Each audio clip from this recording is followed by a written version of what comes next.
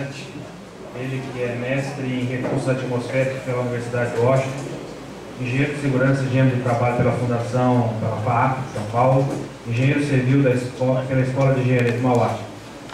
É engenheiro da CETESB, foi assistente técnico do Gabinete do Secretário do Meio Ambiente do Estado de São Paulo no período de 2004 a 2007, coordenador técnico do projeto de cooperação São Paulo-Baviera sobre ferramentas alternativas para a gestão de resíduos sólidos urbanos, com ênfase aos tratamentos térmicos com a recuperação energética, preparação de textos para a revisão dos procedimentos atualmente utilizados na incineração de resíduos perigosos no México, um trabalho do Ministério do Meio Ambiente do México, preparação do texto do Grupo de Trabalho das Nações Unidas para a Convenção do Clima, o UNFCCC, em assuntos de monitoramento de emissões, presidente da Air and Waste Management Association, Seção Brasil, consultor da Organização Pan-Americana de Saúde, no caso de incinerador de resíduos de serviço de saúde em Assunção, do Paraguai, foi assistente técnico da Presidência e Diretoria de Controle da CETESB, de 97 a 2003, atuando nas áreas de planejamento estratégico, desenvolvimento de procedimento para casos de poluição, análise de risco, dispersão de poluentes atmosféricos, campos eletromagnéticos, tratamentos térmicos de resíduos industriais e hospitalares, diretrizes de amostragem de chaminé. Participação da elaboração das resoluções do Conselho Nacional do Meio Ambiente, regulamentações e decretos estaduais para políticas de resíduos sólidos e planos de controle de poluição do ar. Coordenação dos trabalhos da Comissão de Estudos que preparou e aprovou as normas técnicas brasileiras da ABNT sobre procedimentos de coleta de poluentes atmosféricos em dutos de chaminé, entre outras qualificações e publicações. De imediato chamo o engenheiro Milton Florildo Sogato.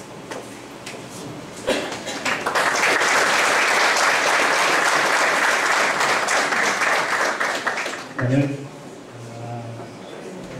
um pouco difícil ser o último da lista de apresentadores, porque o pessoal já está naquela fase meio assim, quer ir fora, japonês, fala mais rápido, alguma coisa desse tipo. Mas vou tentar resumir, falar um pouquinho sobre, contar um pouquinho de história. É o que a gente vai poder fazer aqui, nesse tempinho bastante tempo que a gente tem nessa noite.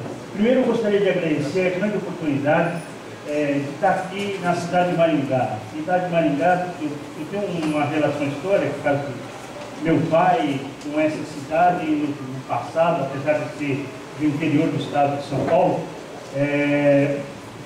Eu tenho essa ligação com Maringá, então essa foi uma grande oportunidade de estar aqui com você e confirmar efetivamente tudo que meu pai falava dessa cidade. Vamos lá. A gente sempre, quando fala em resíduos sólidos urbanos, né, a gente sempre tem aquela ideia de botamos tudo no lixo, na hora que esse negócio sai da nossa porta, o problema não é nosso. Né? O problema da prefeitura, é problema de alguém, mas meu não é nada. Então, essa ideia, como foi dito por todo mundo, outra coisa boa também de ser útil, você fala, conforme falou, daí, professor, daí, professor Forte falou alguma coisa, então a gente vai cortar. Em 2007, 2006, 2007, nós começamos, junto na Secretaria do Meio Ambiente do Estado de São Paulo, a procurar alternativas para a cidade de São Paulo. Nós temos lá coisa de quase 10 milhões de habitantes na cidade de São Paulo, na Grande São Paulo, nas suas 37 cidades, alguma coisa com 19 milhões de habitantes.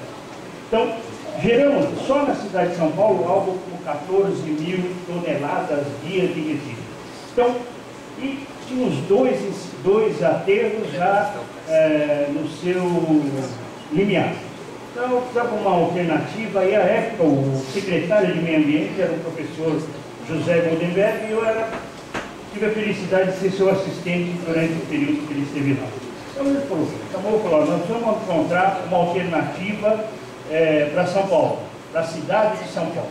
Então vamos procurar alguma coisa que seja ambientalmente segura, que seja economicamente viável e que a gente possa defender como uma proposta da Secretaria de Meio Ambiente. À época, nós tínhamos um convênio com o governo da Baviera e ali começamos um estudo conjunto com o Ministério do Meio Ambiente da Baviera. E dessa troca de informações com o Ministério do Meio Ambiente da Baviera, nós tivemos uma série de eventos, uma série de visitas. Começa com um primeiro debate internacional, onde nós trouxemos experts, especialistas do México, nós trouxemos especialistas das Nações Unidas para falar sobre o protocolo a Convenção de Estocolmo, tá? E uma grande dúvida que batia na cabeça, que toda hora nós éramos questionados sobre a questão da emissão das dioxinas e dos PCBs dentro da Convenção de Estocolmo. Então nós falamos, vamos trazer alguém, e por coincidência, numa das viagens, enquanto trabalhava, eu estava pela CETESB trabalhando na Semarnat, que é uma agência federal de meio ambiente do México. Eu conheci a química-chefe que desenvolveu toda a parte técnica da Convenção de Estocolmo. E conversando com ela, olha, nós vamos ter um evento sobre alternativas, e é um questionamento constante sobre a emissão de dioxina e PCBs dentro de tratamentos térmicos. Eu gostaria de convidá-la para vir para falar como química-chefe dessa Convenção de Estocolmo, como isso atua, como que isso se relaciona. E ela veio. Então, as dioxinas e furânicos e os PCBs formados, eles estão dentro de uma classificação no anexo B, que está lá como formação não intencional. Então, são poluentes que têm que ter a melhor tecnologia de controle possível, né? Mas que pode ser, desde que usada essa tecnologia e desde que sejam alcançados níveis internacionais de controle, não haveria risco à saúde pública. Não haveria o problema da persistência, como é o princípio dos POPs, né? Então, isso ficou bastante claro depois dessa discussão com essa química-chefe da Convenção de Estocolmo. Mas, voltando, o seguinte, a gente gera uma série de coisas dentro da nossa casa que às vezes nós não sabemos que é um resíduo perigoso. Aqueles apreciadores de vinho, com certeza, o nosso amigo Jorge Ué, né, que é um país, ele vem de um país que tem história com vinho, né? Então, sabem que as taças de cristal contêm de 20 a 24% de chumbo. 20 a 24%. É isso que confere aquela plasticidade àquele negócio, né? E que dá a possibilidade de você chacoalhar o negócio, olhar para cima e ver se é um Pinot Noir, ver se é um Carmener, um bom Carmener chileno, né? Coisa desse tipo. Então, nós temos em nossa casa um monte de resíduo perigoso, nós não sabemos que é resíduo perigoso, né? E somos geradores também. Somos geradores, e nisso nós voltamos àquela, o degrau superior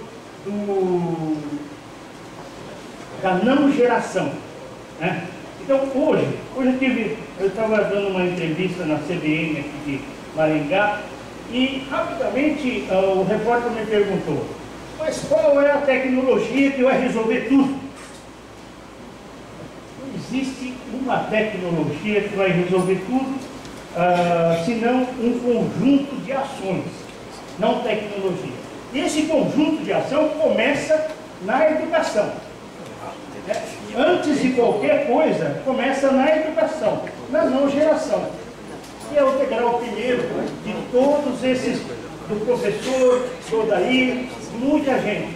Então, antes de buscar qualquer coisa, essa foi a conclusão que nós chegamos, uma das primeiras conclusões que eu transmiti ao secretário. Secretário, antes de botar no aterro fluidizar, gaseificar, liquefazer ou mandar para a lua, nós temos que fazer uma ação aqui que é a não geração, que é diminuir essa quantidade de lixo que as pessoas podem colocar. Então, temos que trazer para dentro desse programa a Secretaria de Educação, né?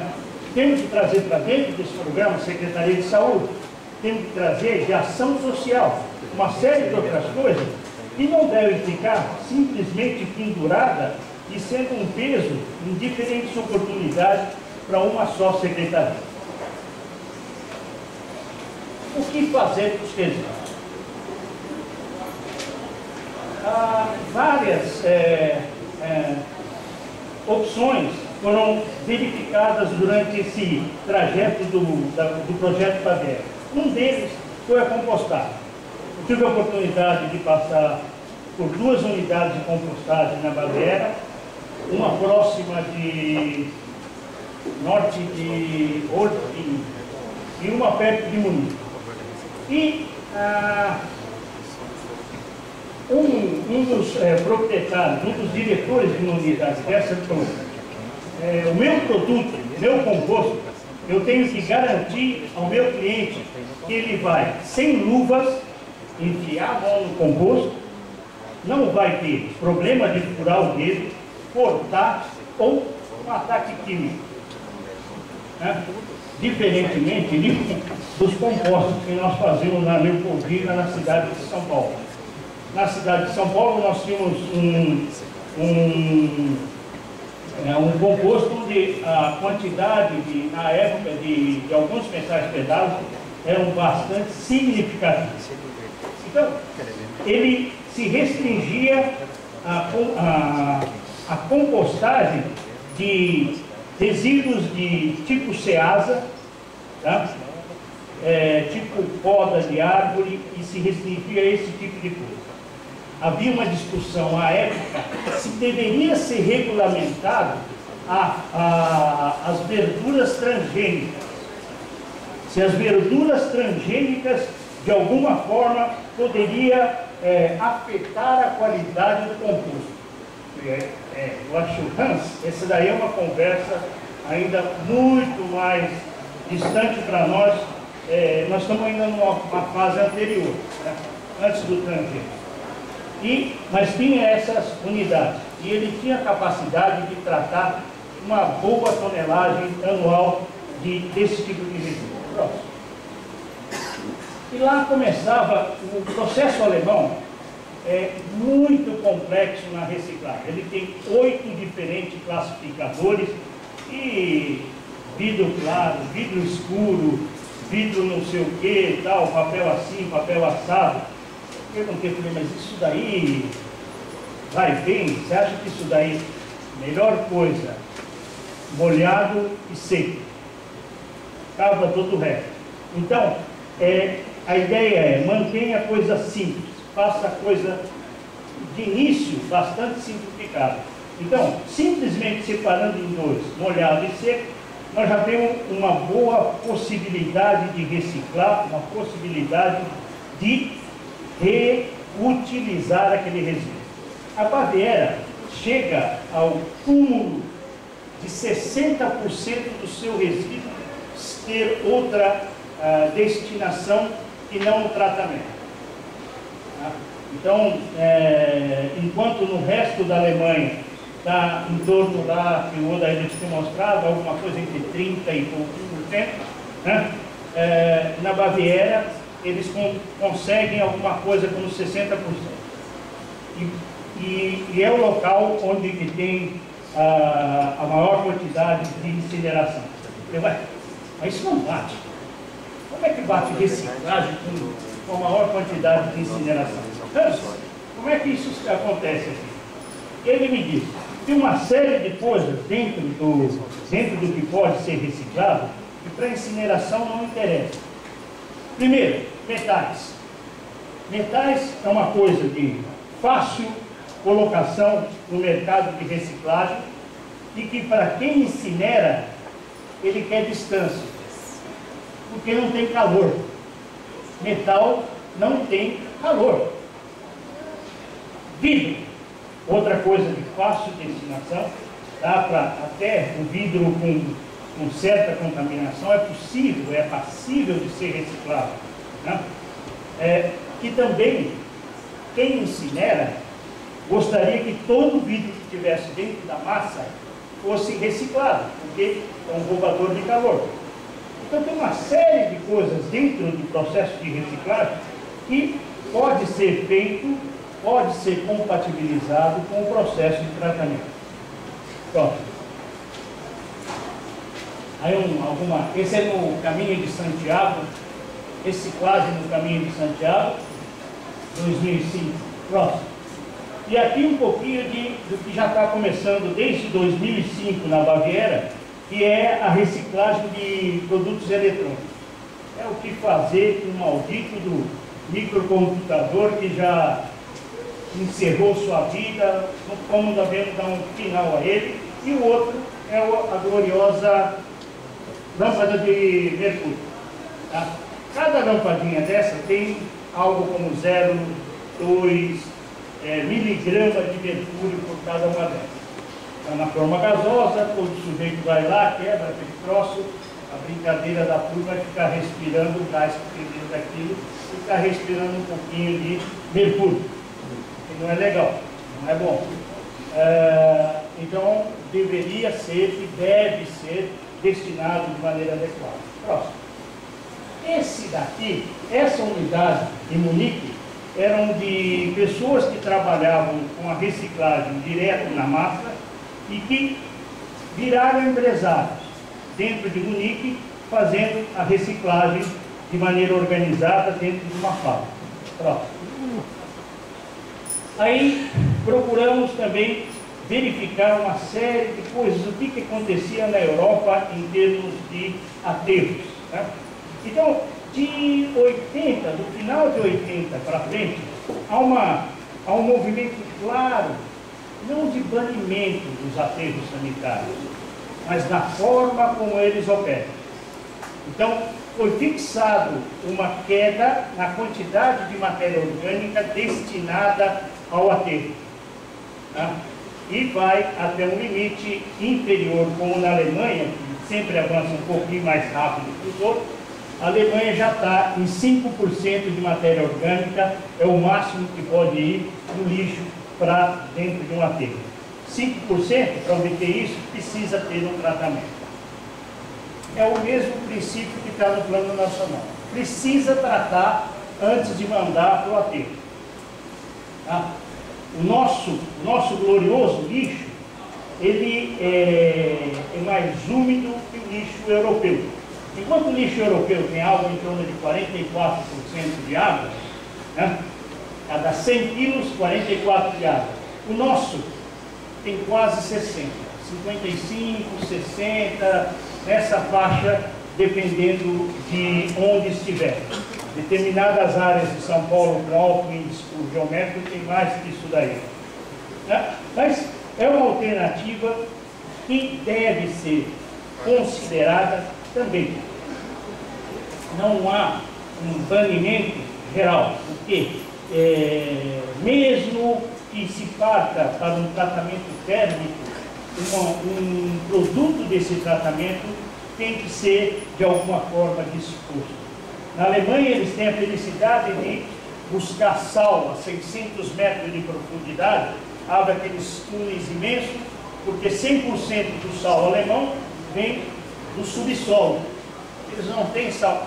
O sal é marinho, mas é um marinho de milhões de anos atrás, né? Então eles vão lá e catam. E a partir do momento que eles abrem aqueles túneis imensos, de alguma forma eles vão ter que ser preenchidos ao longo do tempo. É um terreno é um ambiente extremamente seco, né? Não tem água nessas minas de sal, né? E eles têm minas de sal desde a fronteira com a Áustria até o Mar do Norte. Tanto que a primeira grande cidade no norte, no limite com a Alemanha, na Áustria, chama-se Salzburg. Salzburg, né? A estrada lá do Mozart, né? A cidade do Mozart. que é a cidade do sal. Então, toda aquela área vem e ainda tem um monte de lugar lá para disposição de alguns resíduos em condições bastante interessantes. Próximo. A preocupação sempre na Europa é a questão de contaminação de água subterrânea. Isso também era uma preocupação do secretário à época, porque 45 a 55% dos municípios do estado de São Paulo utilizavam água subterrânea como adução, como fonte primeira de água para beber. Diferentemente da água superficial, quando você contamina um lençol, dificilmente, imagina, nós temos um grande lençol que é o Guarani, que ocupa aqui o lado, deve estar passando aqui a 1.800, 1.700 metros aqui debaixo desse sol. E começa lá, tem umas fraldas dela do lado de Ribeirão Preto, vai todo o Mato Grosso e chega no Uruguai. E desce até o norte do Paraguai e desce até o norte do Uruguai. Então, é um mar de água fantástico, que tem uma qualidade fenomenal. Tanto que um dos lugares onde ela mais chega próximo à superfície é na região de Ribeirão Preto, tá? Ela chega a 70, 80 metros de profundidade. Tá? Motivo pelo qual uma das melhores cervejas do estado era feita em Ribeirão Preto, que utiliza como matéria-prima 90 e tantos % água. Né? Então, próximo. E aí nós começamos a falar e pensar em tratamentos técnicos. Esse aqui é um depósito de pneu na Califórnia, que o cara utiliza pneu para fazer energia elétrica. E que um belo dia alguém fumando passou por lá e deu prejuízo no combustível do carro. Próximo.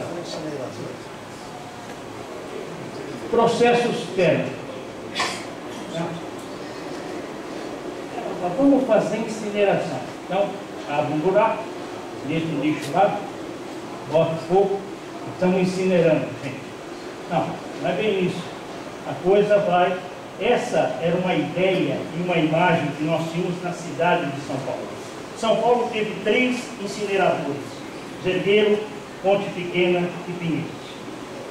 A imagem que toda a população da cidade tinha de incinerador era de um troço soltando uma fumaça preta do capeta, descendo aquele troço e batendo a Avenida Ricardo de Café e caminhando. Só dava até para cortar o vidro. Eram incineradores do começo da década de 50, e o vergueiro não tinha equipamento de controle de poluição do ar. Imagina um incinerador sem controle de combustão e sem equipamento de controle. Então essa é a grande imagem.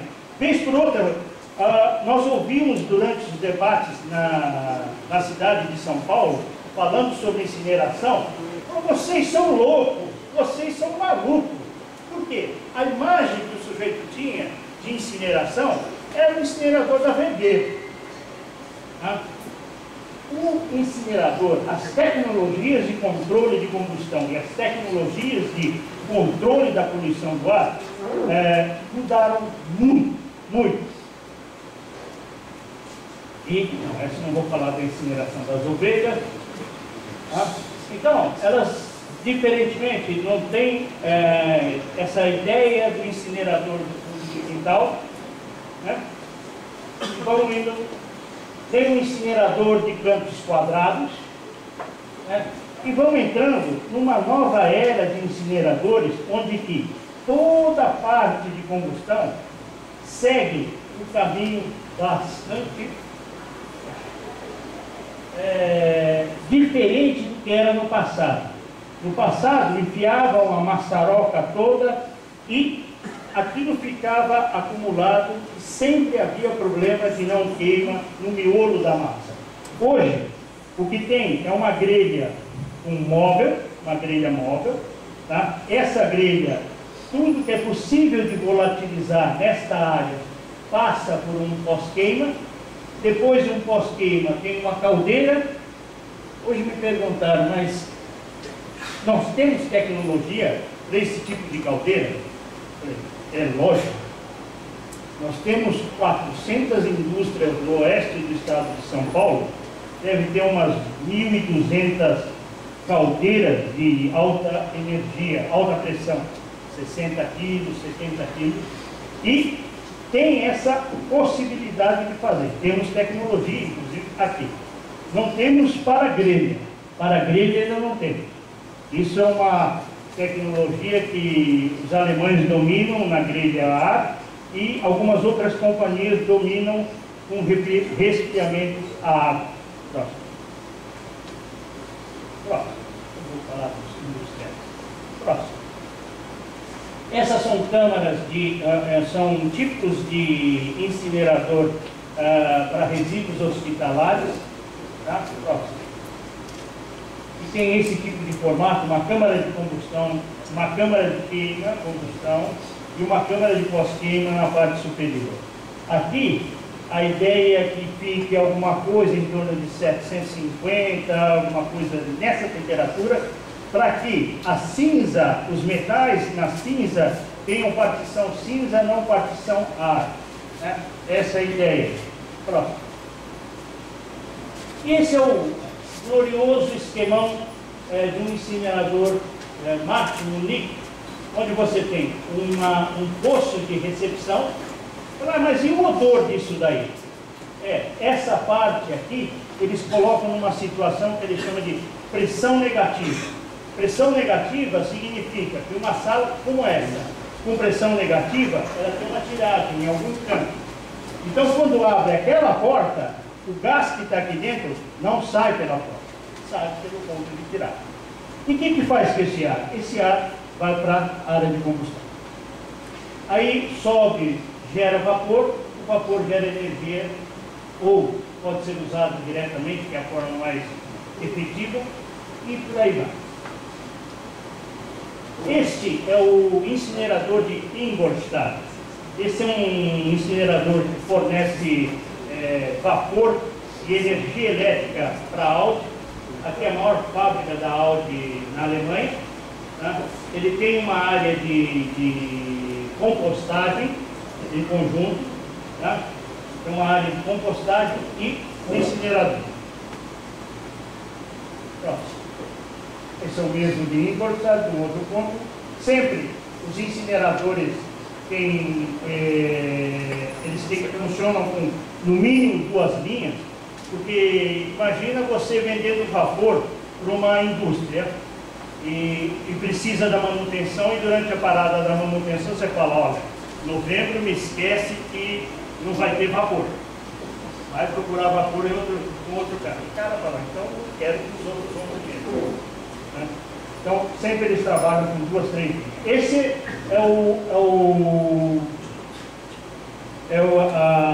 a usina de Munique Norte. Ela está localizada ao lado de um vilarejo. Tá?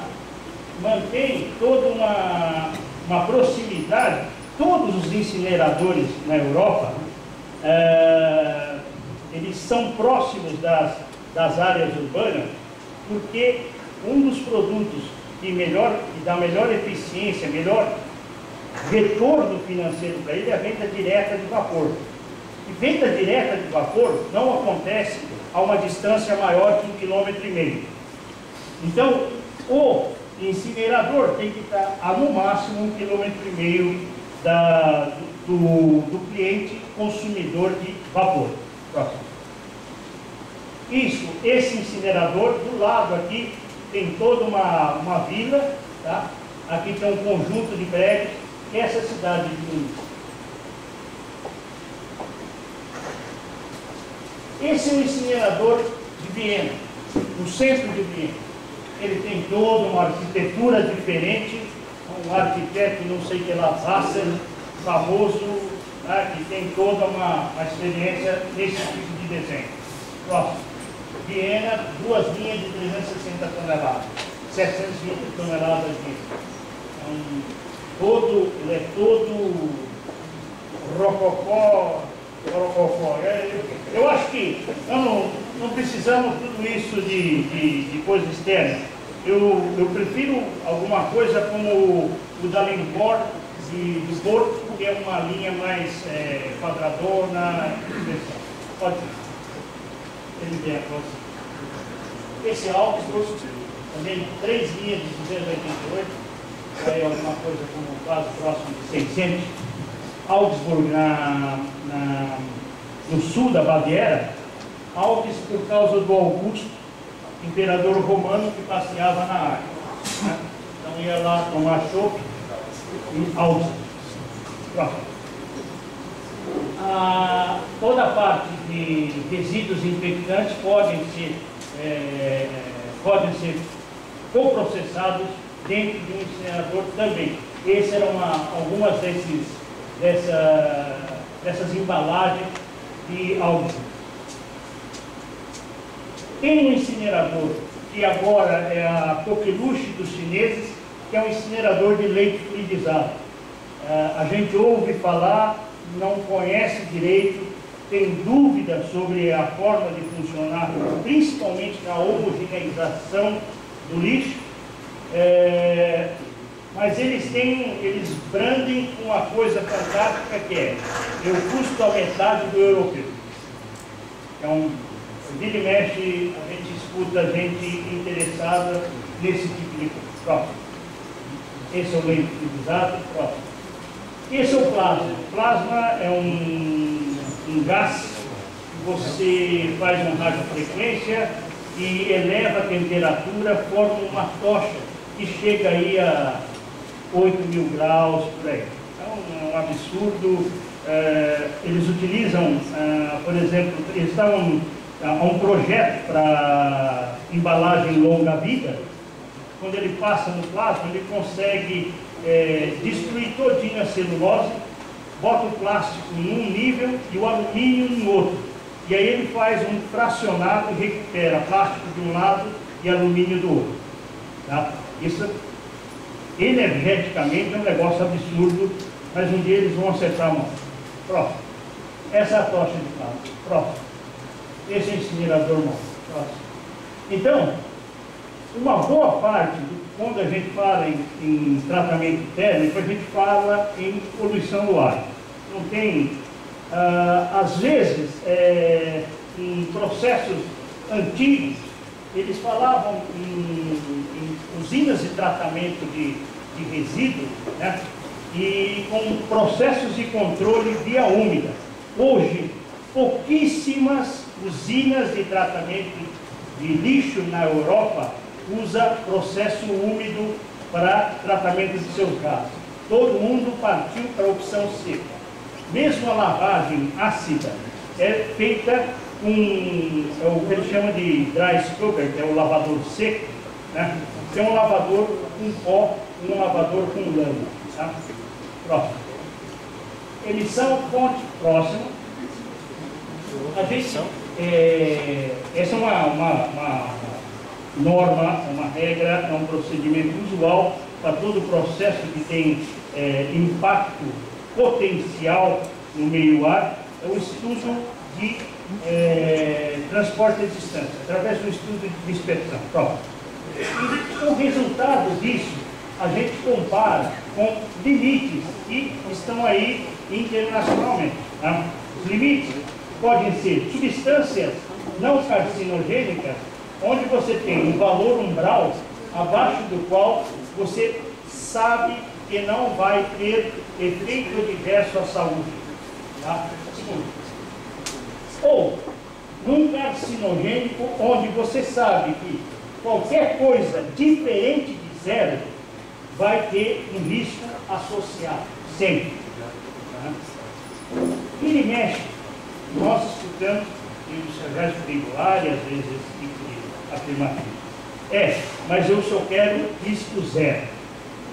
Então, eu sempre tento explicar que quem fala em risco zero, às vezes não entende bem o que é risco ou o que é zero. Todos nós, ao sairmos de casa, nós temos um risco. Não existe zika sem risco. Não existe vida sem risco. Você pode ser atropelado, você pode, no Rio de Janeiro, sofrer uma contaminação de chumbo, ajuda. Você pode ter uma série de coisas que você está no seu dia a dia. Eu posso estar subindo aqui, escorregar e bater a cabeça e ir embora, né? Esse é um risco que estamos no dia a dia. Não existe na nossa vida diária risco zero.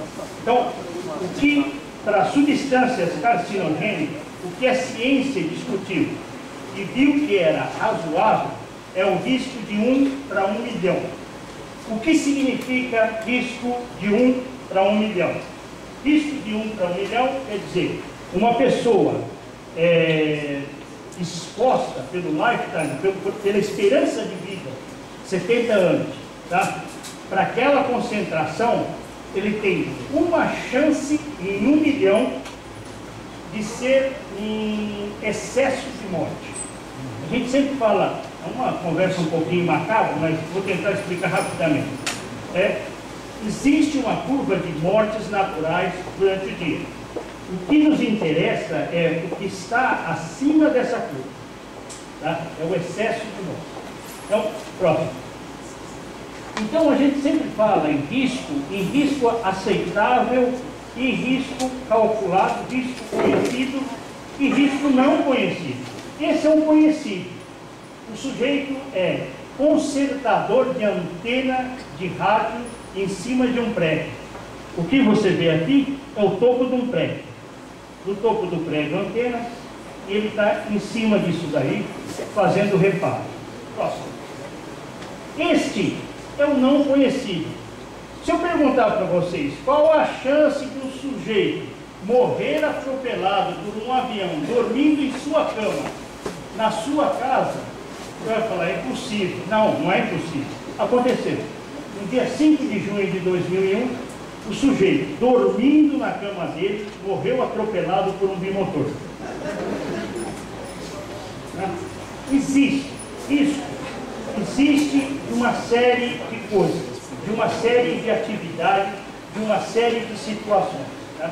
Próximo. E aí, todos esses riscos, todos esses conhecimentos sobre saúde pública levam a limites de emissão que vão sendo considerados uma série de regulamentos. Né?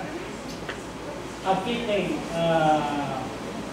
o regulamento da Diretiva Europeia, tá? Diretiva Europeia para incineração, a Diretiva Europeia para coprocessamento, a BNT 11175, essa é uma norma CETESB para resíduos de serviço de saúde, a CONAMA 306, que trata sobre tratamento, que fala sobre, aborda tratamento térmico de resíduos. Uma parte, eu pessoalmente trabalhei na parte de incineração de corpos, de crematórios. Na limitação de crematórios, nós tínhamos um grupo muito interessante, bastante ativo, que chamava Corpos Ardentes. CONAMA 264, que fala de coprocessamento, o P4 263, que fala de coprocessamento dentro do Estado de São Paulo, e a de 2009, a SMA 079, que traz essa legislação. Essa legislação trata exatamente é a marca, depois de vários anos, que sempre a discussão, a conversa sobre incineração era considerada tabu dentro da Secretaria de Meio Ambiente. A promulgação desta legislação, que trata sobre licenciamento de usinas de recuperação de energia, ou seja, de incineradores, tá? Dá limites, dá todo o procedimento, tá? Ela marca a mudança de um paradigma. Este era um assunto proibido, tabu, o nome que queira dar, não vem aqui discutir que tinha de porrada, e passou a ser um assunto, sim, podemos discutir, desde que seja instalado conforme os parâmetros dos programas contidos nesse SMA 079. Próximo. E, logicamente, nós temos na esfera federal os padrões de qualidade do ar. Próximo. Vamos falar alguma coisa sobre equipamentos. Próximo. Esses são equipamentos de absorção. Próximo. Esse é o precipitador eletrostático, que é um dos equipamentos básicos de processos térmicos. O que o cara faz? O cara pega um fio, nesse fio ele passa corrente elétrica, ele ioniza, ele carrega eletrostaticamente as partículas que são coletadas nas placas. Próximo. Às vezes pode ter alguns carvão ativo ou bicarbonato, fazer todo esse processo de absorção, adsorção. Próximo. Um filtro de tecido, que é o filtro de manga. Próximo. E esse é o filtro de manga com catalisador, que tem a capacidade de coletar e rachar, dividir a molécula de dioxina. Vortex. Esse aqui é um incinerador municipal da Bélgica, onde você tem as barras azuis, a concentração de entrada, tá? E as barras vermelhas são as concentrações de saída após o equipamento de controle. Tá? O limite é 0,1 nanograma. O que é um nanograma? Você pegar quilo, 1 quilo de bicho, divide em 1000 pedaços, você vai ter 1 grama. Você pega essa grama, divide em 1000 pedaços, você vai ter 1 miligrama. Você pega essa miligrama e divide em 1000 pedaços, você vai ter 1 micrograma. Você pegar essa micrograma e dividir em 1000 pedaços, você vai ter 1 nanograma. E nós estamos falando de 1/10 dessa nanograma. Esse é o valor, né? Então, o valor que está atrás deste 0,1 é um valor que tem uma série de fatores bastante conservadores para a proteção à saúde. Eu acho interessante. Né? Próximo. A verificação disso daí normalmente é feita com amostragem de chaminé. É um processo que vários processos industriais a gente faz a verificação de eficiência e performance usando esse tipo de metodologia. Próximo. Esse é um trem de amostragem. O pessoal deve ter alguma influência mineira nisso daí, que eles chamam de trem. Né? Próximo. E tendências para o futuro. O que vem atrás disso em termos de tratamento térmico? Nós vamos ter emissão, modelagem, rotas de exposição, dose de resposta e magnitude de risco. Avaliação de risco é o caminho. Preocupações principais. Ainda persistem dioxinas e furanos, certos metais, principalmente o mercúrio, o cromo, NOx e os precursores de ozônio. Próximo. E como busca disso tudo, o que a gente sempre teve na cabeça na construção de uma ferramenta de política ambiental é ser custo efetivo e justo, igual para todas as camadas. Mínimo de demandas para o governo. É lógico, se você vai fazer uma ferramenta que te enche de coisas, você está dando tiro no pé. Garantia de alcançar os objetivos ambientais. Seguro. Opa, obrigado. Opa, aí. Equidade e justiça ambiental. Esse é um conceito que vem de reguladores americanos que falam em quando você aplica um determinado plano, como o RECLAIM para controle de NOx na Baixa Califórnia, você tem um custo do programa e benefício para as determinadas áreas sociais, classes. E lá, diferentemente aqui as diferenças são por classes sociais. Lá hispânicos num bairro, asiáticos no outro, afrodescendentes no outro, e como é que ele chamava? WASP.